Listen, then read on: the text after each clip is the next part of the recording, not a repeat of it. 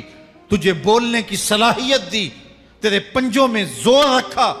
آج تو مفتی شہر ہے، آج تو علامۃ الدہر ہے، آج تو قاضی القضات ہے، آج تو منسٹر ہے، آج تو وزیر اعظم ہے، آج تو پہلوان ہے، آج تو شہزادہ ہے، آج تو بادشاہ ہے، آج تو زوراور ہے، آج تیری طاقت کے کیا کہنے، آج شیروں کو تو نچا لیتا ہے، ہاتھیوں کو تو بٹھا لیتا ہے، آج تو بڑا زوراور گھڑ سوار ہے، آج تیری طاقت کے کیا کہنے، تو کشتی کرتا ہے، زمانہ دیکھنے آتا ہے، آج تیری طاقت کے شوہرے ہیں، تیری عظمت کے تنتنے ہیں، لیکن انسان تو ایک ناپاک قطرہ تھا اور رحم مادر میں تھا، تیرے اندر یہ رنگ کس نے بھرے، تیرے کانوں میں نغمے کس نے رکھے، تجھے دماغ کی قوتیں کس نے دی، زبان کو بولنا کس نے سکھایا، آنکھوں میں توانائیاں کس نے رکھی، تیری زبان کا طوطی بولتا ہے، یہ سلیقے کس نے دیے؟ پھر اللہ فرمایا، کتنا زوردار بیان ہے، الیس ذالک بقادر علی ان یحیی الموتیٰ، جو ماں کے پیٹ میں ایک نطفے کو ایک خوبصورت انسان بنا سکتا ہے، ہڈیوں کو جوڑ کے دوبارہ انسان نہیں بنا سکتا؟ کیا وہ دوبارہ تجھے کھڑا نہیں کر سکتا اپنے سامنے پیش ہونے کے لیے، جس کے حکموں کو تو نے توڑا ہے، جس کے فرامین کا تو نے مذاق اڑایا ہے؟ کیا وہ اتنا ہی بے بس ہے کہ اپنے حضور تجھے جو ہے وہ کھڑا ہی نہیں کر سکتا ہے؟ جس رب نے تجھے ماں کے شکم میں شکل دی، حضرت شیخ فرید الدین عطار بولتے ہیں، سانے کزتی سلاتی می شود، ایسا کاریگر ہے مٹی سے بادشاہ بنا ڈالتا ہے۔ اس نے مٹی سے دارا و سکندر بنائے، اس نے مٹی سے جو ہے وہ رستم و سہراب بنائے، اس نے مٹی سے کیا کیا بنا دیا، جو مٹی سے بادشاہ بنا سکتا ہے، جو نطفہ رحم مادر سے جو ہے وہ شکل اور صورت اور رنگ اور جمال بنا دیتا ہے۔ تیری صورت نکھرتی ہے، تیرے ہونٹ گلابی ہیں اور تیری نرگسی آنکھیں ہیں، تیرے ریشمی بال ہیں اور تیری خوبصورت رنگت ہے، تو چال چلتا ہے تو لگتا ہے قیامت چل رہی ہے، تیرا قد رانا جو ہے وہ صنوبر کو شرماتا ہے، تیری گفتار کے تنتنے ہیں۔ جس نے اتنی خوبصورت شکل ماں کے رحم میں بنائی، کیا وہ ہڈیوں کو جوڑ کے دوبارہ انسان نہیں بنا سکتا؟ وہ دوبارہ انسان بنائے گا اور پھر تجھے اپنے حضور کھڑا کرے گا۔ اور ایک حدیث میں آتا ہے اللہ بندے کو اپنے حضور کھڑا کرنے کے بعد اپنے سامنے سے ہٹنے نہیں دے گا جب تک 5 سوال نہیں پوچھ لے گا۔ ان عمرہ ہی فیما افنا ہو، اس کی عمر کے بارے میں پوچھے گا کہاں ضائع کی؟ میں نے تجھے زندگی دی 60 سال 70 سال 40 سال 50 سال، اس زندگی کو کہاں گزار کے آیا ہے؟ ان شباب ہی فیما ابلا ہو، اس کی جوانی کے بارے میں پوچھا جائے گا جوانی کہاں گزار کے آیا ہے؟ مجنوں تو نہیں بنا رہا، خواہشات کا اسیر تو نہیں ہو گیا، دیوانوں کی طرح زندگی تو نہیں گزار کے آ گیا؟ تیری جوانی کسی چوک میں تو نہیں گزری، تیری جوانی آوارگی میں تو نہیں گزری، ساری رات سوشل میڈیا کے اوپر گندگی اور غلاستیں تو نہیں دیکھتا رہا؟ تیری زندگی گزری کہاں ہے؟ تیری جوانی گزری کہاں ہے؟ اگر کوئی جواب نہ ہوا تو پھر کیا جواب دے گا؟ اور وہ کتنا خوش نصیب ہوگا جو کہے گا مالک میری جوانی سجدوں میں گزری، میری جوانی قیام میں گزری، میری جوانی رکوع میں گزری۔ میرے حضور فرماتے ہیں سبعۃ یظلھم اللہ فی ظلہ یوم لا ظل الا ظلہ، 7 اشخاص ایسے ہیں قیامت کے دن جب کوئی سایہ نہیں ہوگا، اللہ ان 7 کو اپنے عرش کا سایہ دے گا۔ ان میں سے دوسرا شخص میرے حضور نے بیان فرمایا وشاب نشأ فی عبادت اللہ، وہ جوان جس کی جوانی اللہ کی عبادت میں گزری۔ جوانوں اپنی زندگی کو مالک کی دہلیز پہ لے آؤ۔ جوانی وہی ہے جو مالک کی چوکھٹ پہ گزرے۔ اپنے دل کا تعلق جوڑو، عشق کرنا ہے تو پھر آمنہ کے لال سے کرو، محبت کا رشتہ ان سے جوڑو، تعلق کا ربط ان سے قائم کرو، جوانی کو دین کی راہ پہ ڈالو۔ اللہ اکبر، سنو میرے حضور کا فرمان، انا حبیب اللہ، میں اللہ کا حبیب ہوں۔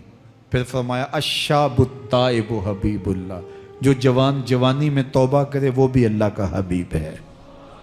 آؤ اللہ کے حبیب بن جاؤ، اللہ کے حبیب بن جاؤ، اللہ کے حبیب بن جاؤ، اللہ کے محبوب بن جاؤ۔ لیلۃ القدر کی گھڑیاں ہیں، رات کا پچھلا پہر ہے، اللہ کے حضور یہ عہد کر کے اٹھو مالک جو زندگی گزر گئی، آئندہ جوانی کا ایک ایک لمحہ تیرے لیے گزرے گا، جیوں گا تو تیرے لیے، مروں گا تو تیرے لیے۔ میری ایک ایک سانس تیرے نام وقف ہوئی، میری زندگی کی ایک ایک ساتھ تیرے نام وقف ہوئی، میں اپنا سب کچھ تیرے لیے پیش کرتا ہوں۔